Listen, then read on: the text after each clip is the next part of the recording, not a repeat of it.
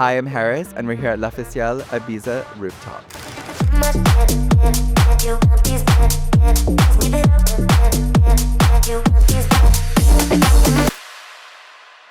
What was your first impression of Ibiza the first time you came here? I mean, it's such a hard question because the first time I came to Ibiza was with my now husband. And I remember just getting off the plane, and really the second you step on to the streets or step into nature, I just have never been in a place like this. I think the warmth, the people, the smells, it was just like a sensory overload. And as someone who gets inspired by everywhere that I travel to, I almost couldn't pinpoint all the emotions and feelings. And quickly, like we were talking about before, like it just became a place that anytime I can escape the craziness of London, I come here and you have this, and it's truly magic. It's a magical place. It is. Do you feel that Ibiza influences creativity differently than other places in the world?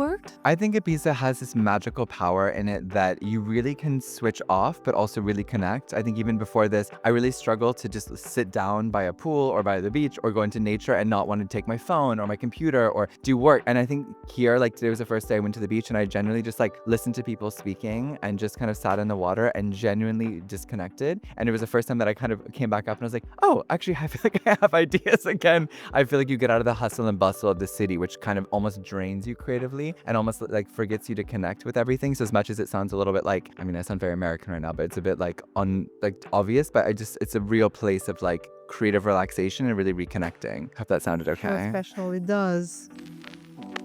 What kind of Ibiza energy inspires you the most? Freedom, chaos, spirituality, nightlife, or stillness? Oh my goodness, this is a great question. I would say it's a mix between freedom and the nightlife, because I think I mean, juxtaposition is used as a word too much in fashion, but I think when two almost opposites come together, like stillness and then dancing and vibrance and color, like for me, that's my favorite, because it's almost like being able to have a wonderful evening of meeting new people in the streets and having drinks and dancing by Annie's and having a wonderful night. But then the next day, meeting people as you're literally going on like a walk, in the mountains or like, going by the beach. So in the stillness, I find so much vibrance. And then in all the vibrance and craziness, I also find stillness. So they both complement one another. Has fashion ever helped heal or protect a part of your personality? Oh my God, great question. I think fashion has been integral in me finding really who I am and honestly finding, I guess, my voice, which then equals my personality. I think through fashion, like the art of dressing up and the art of experimentation, I've been able to kind of discover myself and be in a space where, I'm just turned 30, we're in Ibiza, I'm here with my husband, which I also don't know if I would even have a husband or be emotionally mature enough to have like a life partner at this moment if I didn't have a creative space to kind of experiment and play and be who I am and come to places where I can wear crazy outfits and have my friends feel very accepted and feel very safe as, queer and fabulous at times people, and at other times maybe not so fabulous people. But yeah, 100%.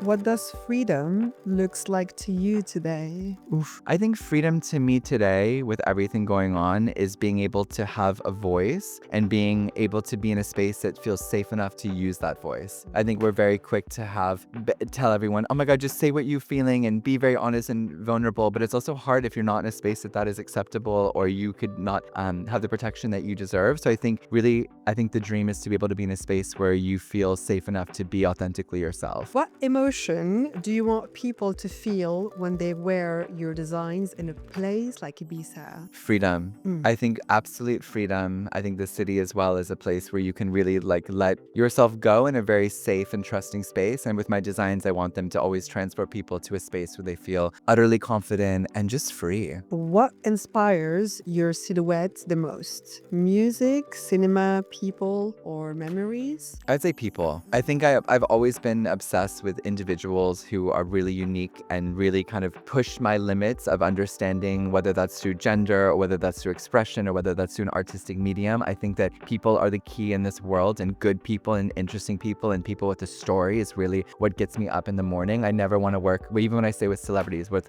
a celebrity that has like 3 publicists and 4 agents, and like I'm always like, can I just meet them? Like, what do they want to say with their album or with their movie or with whatever? And that for me, that's like genuine collaboration, and collaboration comes from really key moments of honesty with people. What keeps you grounded in such a visually intense industry? I think my friends, my community. I think communities should be there to lift you up, but they should also be there to pull you back. And my friends who are all downstairs right now at the Standard Ibiza dancing the night away already at like 7 o'clock, I think are the best people to build me up, but they're the first ones to pull me back and be like, girl, step on back, let's check this. And I think without that, like, you know, we completely lose ourselves. And whether that's friends, family, or community, but community is absolutely integral. So I'm hitting this microphone with my acrylic nails, sorry. What would your ideal Ibiza day look like from morning until sunrise? Ooh. Well, morning starts at noon in Ibiza. There you So I would say, in a perfect, I mean, the perfect would be by kind of waking up. And again, because there's so much beautiful silence on this island, I would say doing kind of like a meditation, being able to go in the water. Realistically, that's maybe more me rolling out of bed and eating whatever delicious food I can find as I'm walking on the promenade. Lunch, I would say swimming in the ocean, because I'm an ocean baby. And even though it bleaches my hair instantly, it's my favorite place in the whole world is to be floating in the sea.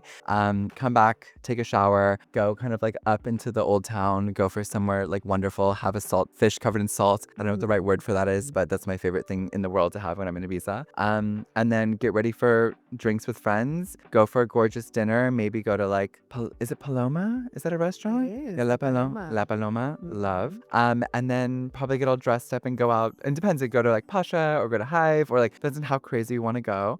Dance the night away and then do it all over again, but not more than 3 days, or I don't know if you can keep going.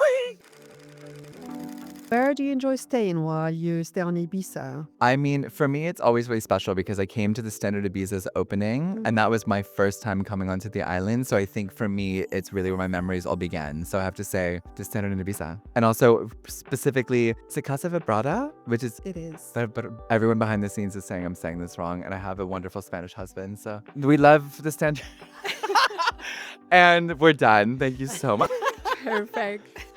Well, thank you so Thank much you. for being with us today. Of course, this It was was a such a pleasure. pleasure. Well, first, thank you Thank for the you. wonderful and genuine questions. Thank you so much, L'Officiel Ibiza. It's been an absolute pleasure, and thanks for joining us.